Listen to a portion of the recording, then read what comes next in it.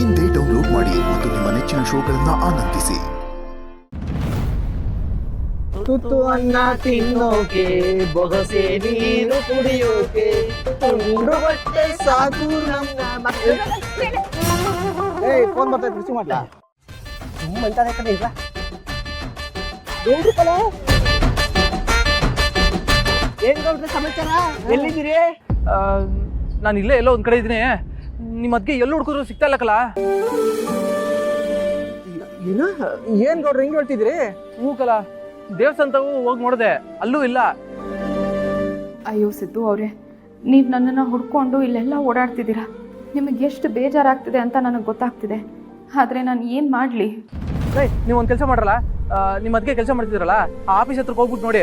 ಅಲ್ಲೇನಾದ್ರು ಇರ್ಲಿಲ್ಲ ಅಂದ್ರೆ ಲಕ್ಷ್ಮತೆ ಮನೆ ತಕ ಹೋಗಿ ನೋಡಿ. ಅಲ್ಲೇನಾದ್ರು ಸಿಕ್ಕಿದ್ರೆ ನಂಗೆ ಫೋನ್ ಮಾಡಿ, ಸರಿಯಾ? ಸರಿ ಗೌಡ್ರೆ, ಆಯ್ತು. ಈಗಲೇ ಹೊಡ್ತೀವಿ. ನಡಿಲ್ಲ, ಎಲ್ಗೋದಿಲ್ಲ ಇವರು.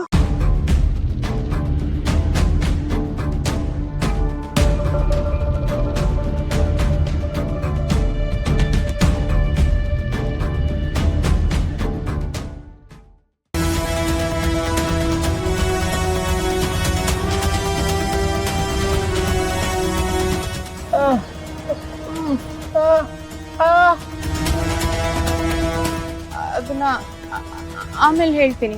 ಹಾಂ, ಬಾ ಬಾ ಹೋಗೋಣ.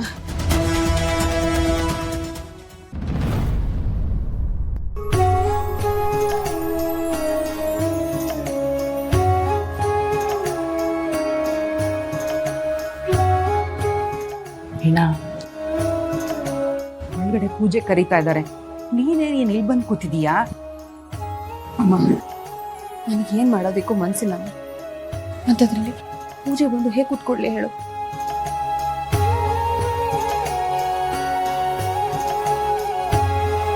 ಎಷ್ಟು ಸಲ ಹೇಳಿದ್ದೀನಿ ನಿಂಗೆ, ಮನೆಗೆ ಜನ ಬರೋ ಹೊತ್ತಾಯ್ತು.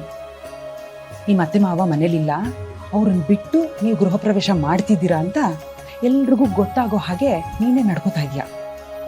ನಿಮ್ಮ ಅತ್ತೆ ಮಾವ ಮನೆ ಬಿಟ್ಟು ಹೋಗಿರೋದು ಅವ್ರ ಮಕ್ಕಳಿಂದ, ನಿನ್ನಿಂದ ಅಲ್ವಲ್ಲ. ಅಮ್ಮ, ಅವ್ರು ಯಾವತ್ತೂ ನನ್ನನ್ನು ಸೊಸೆ ಥರ ನಡೆಸ್ಕೊಂಡಿಲ್ಲ ಅಮ್ಮ. ನನ್ನನ್ನು ಮಗಳ ಥರ ನೋಡ್ಕೊಂಡಿದ್ದಾರೆ. ಪಾಪ ನಮ್ಮ ಮಾವ ಒಂದು ದಿನನೂ ಅಹಂಕಾರದಿಂದ ನನ್ನ ಹತ್ರ ಯಾವ ಕೆಲಸನೂ ಮಾಡಿಸ್ಕೊಂಡಿಲ್ಲ ಗೊತ್ತಾ? ಯಾವತ್ತೂ ತನ್ನ ಮಾವ ಅನ್ನೋ ದರ್ಪ ತೋರಿಸ್ಲಿಲ್ಲ. ನಮ್ಮತ್ತೆ ನಾನು ಏನೇ ತಪ್ಪು ಮಾಡಿದ್ರು ಸಮಾಧಾನದಿಂದ ನನ್ನನ್ನು ತಿದ್ದೋರು. ಒಂದು ದಿನನೂ ಗರ್ವ ತೋರಿಸಿಲ್ಲ. ಅಂಥದ್ರಲ್ಲಿ ಅವರಿಬ್ಬರನ್ನ ಬಿಟ್ಬಿಟ್ಟು ಗೃಹ ಪ್ರವೇಶ ಹೆಂಗಮ್ಮ ಮಾಡೋಕ್ಕಾಗುತ್ತೆ? ನಾಳೆ ಅವ್ರು ಬರ್ತಾರೆ ಮನೆಗೆ.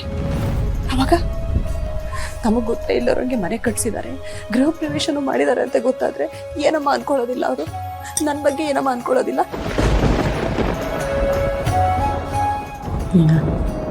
ಈಗ ನೀನೇ ಹೇಳ್ದಾಗೆ ನಿಮ್ಮ ಅತ್ತೆ ಮಾವ ಒಳ್ಳೆಯವರು ತಾನೆ. ಮಗ ಮನೆ ಕಟ್ಟಿದ್ದಾನೆ ಅಂತಂದ್ರೆ ಹೆಮ್ಮೆ ಪಡ್ತಾರೆ ಕಣೆ, ನೊಂದ್ಕೊಳ್ಳೋದಿಲ್ಲ. ಏನೋ ಹೇಳ್ದೆ ಮನೆ ಕಟ್ಟಿದ್ದಾನೆ ಅಂತ ಒಂದ್ ಸ್ವಲ್ಪ ಬೇಜಾರು ಮಾಡ್ಕೊಳ್ಬೋದು, ಅದು ಸಹಜ. ಆದ್ರೆ ನಿಮಗೆ ಕೆಟ್ಟದಾಗ್ಲಿ ಅಂತ ಅವ್ರು ಯಾವತ್ತೂ ಬಯಸಲ್ಲ. ನೋಡು, ಈ ದುಃಖನೆಲ್ಲ ಮರೆತು ನಿಮ್ಮ ಅತ್ತೆ ಮಾವ ಎಲ್ಲೇ ಇದ್ರು ನಿಮ್ಗೆ ಒಳ್ಳೇದಾಗ್ಲಿ ಅಂತ ಹರಿಸ್ತಾರೆ ಅಂತ ಮನಸ್ಸಿನಲ್ಲೇ ಅವ್ರಿಗೆ ನಮಸ್ಕಾರ ಮಾಡ್ಕೊಂಡು ಪೂಜೆಗೆ ಬಾಮ್ಮ. ಅಂದ್ರೆ ಇದು ನಮ್ಮ ಸ್ವಂತ ಮನೆನಾ? ನಮಗೆ ಹೇಳ್ದೇನೆ ಮನೆ ಕಟ್ಸಿದನ? ಹೇಳು ಅಮ್ಮ. ವಿನಪ್ಪ,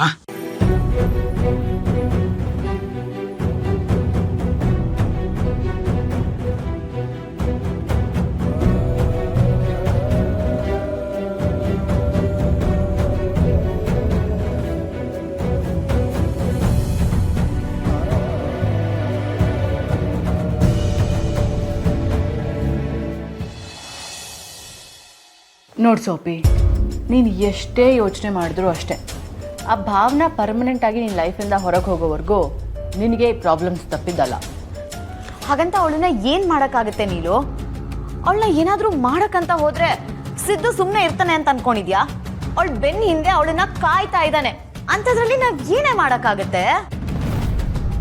ಅದಕ್ಕೆ ನನ್ನ ಹತ್ರ ಒಂದು ಪ್ಲಾನ್ ಇದೆ.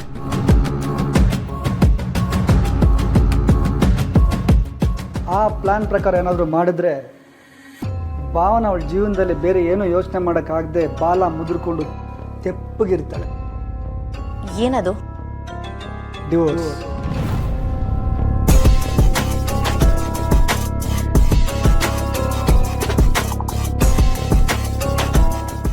ಹೌದು, ಸಿದ್ದುಗೂ ಭಾವನಾಗೂ ಡಿವೋರ್ಸ್ ಕೊಡಿಸ್ಬಿಟ್ರೆ ಸಿದ್ದು ಅವಳಿಂದ ದೂರ ಆಗ್ತಾನೆ.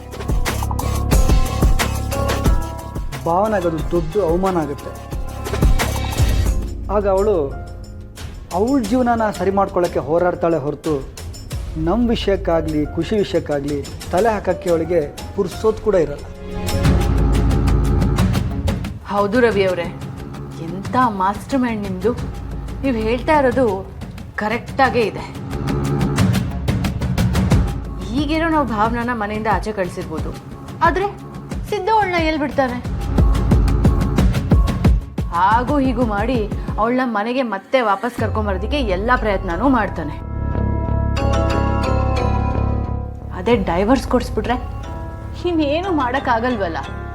ಅವಳೊಂದು ಕಡೆ ಇವನೊಂದು ಕಡೆ, ಅವಳು ಅವಳದೇ ಲೋಕದಲ್ಲಿ ಮುಳುಗೋಗಿರ್ತಾಳೆ. ಒಂದೇ ಏಟ್ಗೆ 2 ಹಕ್ಕಿ ಫಿನಿಶ್. ನನಗೂ ಅದೇ ಬೇಕಾಗಿರೋದಲ್ವ. ಭಾವನಾ ಸಿದ್ದು ದೂರ ಆದಷ್ಟು ನಾನು ಸೇಫ್. ಆದರೆ ಇದೆಲ್ಲ ಅಷ್ಟು ಸುಲಭನಾ?